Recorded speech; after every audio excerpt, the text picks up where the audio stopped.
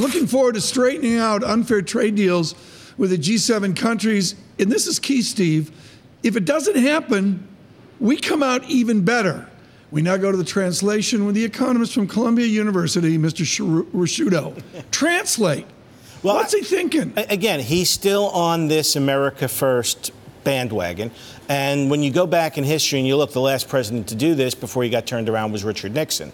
And I think this is the guiding motivation behind everything Trump is actually doing. But I think there is this belief in Trump's mind that if we back away from these things, that the competitive pressures will result in a stronger, better America. And Joe Scarborough, with a great essay in the Washington Post today on the Nixonian images here to President Trump. Come on. Nixon went to Beijing and made one of the most courageous moves of the last half of the 20th century.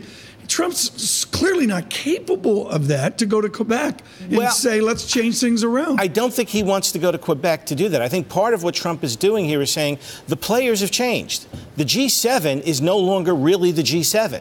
There are significant other players. Now, those other players happen to be doing their own little thing right now in Beijing. But he's like, that's our real target. This is a sideshow.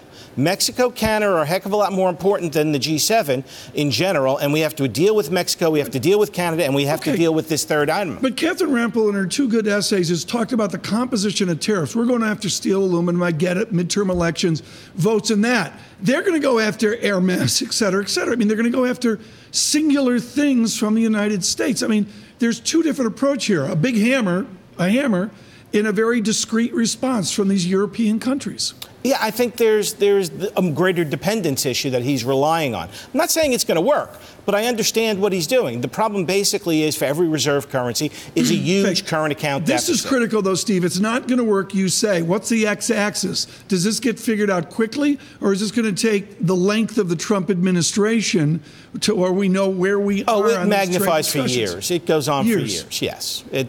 You start these things moving in the trade world, and the whole process takes a very, very long time to unwind, and you don't know the ramifications for a very long period of time.